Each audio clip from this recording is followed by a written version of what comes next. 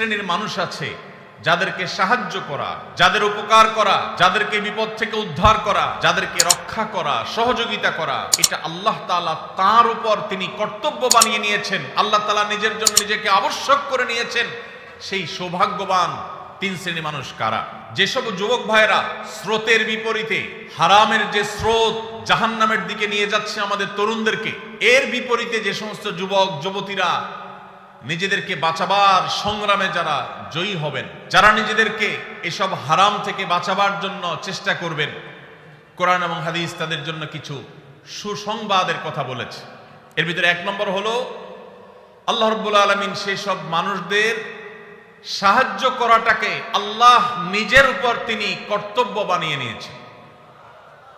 যেসব মানুষেরা চরিত্রকে হেফাজত করে, বিবাহ করে চরিত্রকে হেফাজত করবার উদ্দেশ্যে তারা, আবু হুরায়রা রাদিয়াল্লাহু তাআলা আনহু বর্ণনা করেছেন, নবীজি সাল্লাল্লাহু আলাইহি ওয়াসাল্লাম ইরশাদ করেছেন, সালাসাতুন আলাল্লাহি আউনুহুম, তিন শ্রেণীর মানুষ আছে যাদেরকে সাহায্য করা, যাদের উপকার করা, যাদেরকে বিপদ থেকে উদ্ধার করা, যাদেরকে রক্ষা করা, সহযোগিতা করা, এটা আল্লাহ তাআলা তার উপর তিনি কর্তব্য বানিয়ে নিয়েছেন। আল্লাহ তাআলা নিজের জন্য নিজেকে আবশ্যক করে নিয়েছেন। সেই সৌভাগ্যবান তিন শ্রেণী মানুষ কারা? নবীজি সাল্লাল্লাহু আলাইহি ওয়াসাল্লাম বলেছেন, তার মধ্যে এক নম্বর হলেন আল মুজাহিদু ফি সাবিলিল্লাহ, যারা আল্লাহর রাহে জিহাদে রত থাকেন, আল্লাহর রাহে যারা জিহাদে থাকেন, সেই মুজাহিদদেরকে আল্লাহ রাব্বুল আলামিন সাহায্য করা, সহযোগিতা করা, তাদেরকে আল্লাহ রাব্বুল আলামিন মদদ করাকে আল্লাহ নিজের জন্য কর্তব্য বানিয়েছেন। নাম্বার 2, ওয়াল মুকাতাব আল্লাযী ইউরিদুল আদা, যেই কৃতদাস মালিকের সাথে চুক্তি করেছে কোন নির্দিষ্ট অ্যামাউন্ট দিয়ে সে মুক্ত হবে, তার যদি সদিচ্ছা থাকে সেটি আদায় করবার, আল্লাহ তাআলা তাকে সেটা আদায় করার জন্য সাহায্য করবেন, আল্লাহর ওয়াদা আছে। নাম্বার 3, যেই ব্যক্তিকে আল্লাহ রাব্বুল আলামিন সাহায্য করা ওয়াদা আল্লাহর আছে, আল্লাহ তাআলা সাহায্য করাটাকে তার জন্য কর্তব্য বানিয়ে নিয়েছেন, তিনি হলেন আল্লাযী ইউরিদুল আফাফ, যে যুবক, যে মানুষ বিবাহ বন্ধনে আবদ্ধ হয়েছেন, তার উদ্দেশ্য তার চরিত্র যেন কালিমাযুক্ত না হয়, চরিত্রকে হেফাজত করবার জন্য যে বিবাহের পথ বেছে নেয়। নবীজি সাল্লাল্লাহু আলাইহি ওয়াসাল্লাম বলেছেন, এই বিবাহ করা মানুষ, এই চরিত্র রক্ষা করা মানুষ, এই বীর, একে আল্লাহ রাব্বুল আলামিন সাহায্য করা, তাকে অর্থনৈতিকভাবে বরকত দেওয়া, তার জীবনের সার্বিক কল্যাণ দান করা, এই জিনিসটা আল্লাহ নিজের জন্য আল্লাহ কর্তব্য বানিয়ে নিয়েছেন। ভাইরা আমার, তাহলে প্রথম সুফল, প্রথম উপকারিতার কথা আমরা জানলাম। যে সমস্ত যুবকেরা, যে সমস্ত বোনেরা তারা বিবাহের পথ বেছে নেন, হারাম পথ বেছে নেন না, আল্লাহ রাব্বুল আলামিন তাদেরকে চরিত্র হেফাজতের উদ্দেশ্যে বিবাহ করলে আল্লাহ তাআলা তাদেরকে সাহায্য করাটাকে আল্লাহ নিজের উপর আবশ্যক করে নিয়েছেন। নাম্বার 1। নাম্বার 2, যে মানুষগুলো তার দুই চোয়ালের মধ্যবর্তী অঙ্গ অর্থাৎ মুখ, তার জিহ্বা, তার ঠোঁট, তার মুখ, এটাকে হারাম থেকে নিয়ন্ত্রণ করবার দায়িত্ব যে নিয়েছে, অর্থাৎ এই মুখ দিয়ে হারাম কথা বলে না, হারাম কিছু খায় না, মুখ দিয়ে যত রকমের আল্লাহর অবাধ্য কাজ করা যায় সেগুলোর কোনোটা করে না, সে মুখকে কন্ট্রোল করে, এবং তার দুই রানের মধ্যবর্তী অঙ্গ অর্থাৎ তার সম্ভ্রম, তার ইজ্জতকে যে ব্যক্তি সংরক্ষণ করতে পারে, নবীজি বলেছেন, মাইয়াদমান লিমা বাইনা লিহিয়াইহি ওয়া মা বাইনা রিজলাইহি আদমান লাহুল জান্নাহ, যে ব্যক্তি তার দুই চোয়ালের মধ্যবর্তী অঙ্গ আর দুই রানের মধ্যবর্তী অঙ্গ, এই দুটি অঙ্গে কোন প্রকার কালিমা লাগতে দেয় না, এগুলোকে হারাম থেকে বাঁচাবার সংগ্রাম করে, দায়িত্ব নেয়, সে এগুলাকে দায়িত্ব নিয়ে হেফাজত করে, নবীজি বলেছেন তার জান্নাতে যাওয়ার দায়িত্ব আমি নিলাম।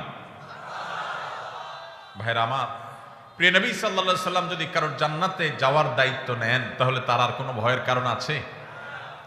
তার জান্নাতের পথ ঠেকাবার শক্তি কারোর আছে?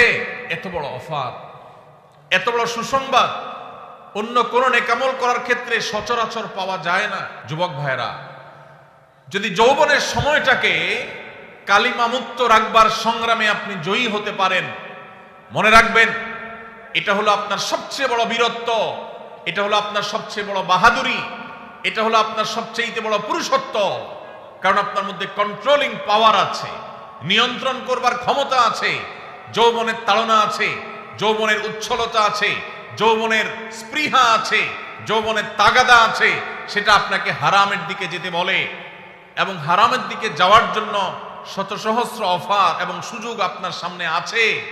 এরপরও আপনি নিজেকে যদি নিয়ন্ত্রণ করতে পারেন, নিজেকে যদি আটকে রাখতে পারেন, হারাম থেকে যদি বাঁচাতে পারেন, তাহলে মনে রাখবেন আজ এই 2025-এর যে পৃথিবী, আধুনিক পৃথিবীতে এর চাইতে বড় বীরত্ব মুসলিম তরুণের জন্য আর কোনো কিছুই হতে পারে না। মুসলিম তরুণের সবচেয়ে বড় বীরত্ব, সবচেয়ে বড় তার সংগ্রামের জায়গাটা হলো সে তার ঈমান আমলকে হেফাজত করার পাশাপাশি তার চরিত্রকে কালিমা মুক্ত রাখতে পেরেছে। আল্লাহ তাআলা আমাদের যুবক ভাইদেরকে সেই তৌফিক দান করুন। ভাইরা আমার, যদি আপনি এই কাজ করে এই সংগ্রামে যদি আপনি জয়ী হন, তৃতীয় যে পুরস্কার আপনার জন্য রয়েছে সেটি হলো, আমরা সবাই জানি কিয়ামতের ভয়াবহতম দিনে যে সকরুণ দৃশ্যের অবতারণা হবে, যে নির্মম দৃশ্য সেদিন আল্লাহ তাআলা সৃষ্টি করবেন, সেদিন প্রত্যেকটা মানুষ পাগল পরা হয়ে যাবে। মাথার খুব কাছাকাছি সূর্যের অবস্থান হবে, এখনকার মতো লক্ষ লক্ষ কিলোমিটার দূরে নয়, একেবারে মাথার খুব কাছাকাছি সূর্য অবস্থান করবে। পুড়ে ছাই হয়ে যাওয়ার কথা, কিন্তু পুড়ে ছাই হবে না, আল্লাহ তাআলা ছাই হতে দিবেন না। মানুষ বেঁচে থেকে ছটপট করে করে আল্লাহর কাছে আর্তনাদ করতে থাকবে যে এই সূর্যের উত্তাপ, এই আগুন, এই কষ্ট, এটা থেকে মুক্তি চাই আল্লাহ, প্রয়োজনে জাহান্নাম দিয়ে দাও। তারপর না, মৃত্যুকে আল্লাহ তাআলা চিরতরে শেষ করে দিবেন। শুধু ভোগ, জান্নাতীদের নেয়ামত, জাহান্নামীদের শাস্তি, দুইটাই স্ব অবস্থান থেকে ভোগ করবে। এটা শেষ হবে না, মৃত্যু আর আসবে না। কিয়ামতের সেই ভয়াবহতম দিনে আল্লাহ রাব্বুল আলামিন সেই তরুণদের, সেই যুবক ভাইদের, সেই যুবতী বোনদের আল্লাহর আরশের নিচে ভিআইপি প্যান্ডেলে আল্লাহ রাব্বুল আলামিন ছায়া দিবেন, যাদেরকে কিয়ামতের কোনো কষ্ট স্পর্শ করবে না, কিয়ামতের কোনো ভয়াবহতা তাদেরকে পাবে না, কিয়ামতের কোনো ভয়াবহতা, কোনো টেনশন তাদের টাচই করবে না।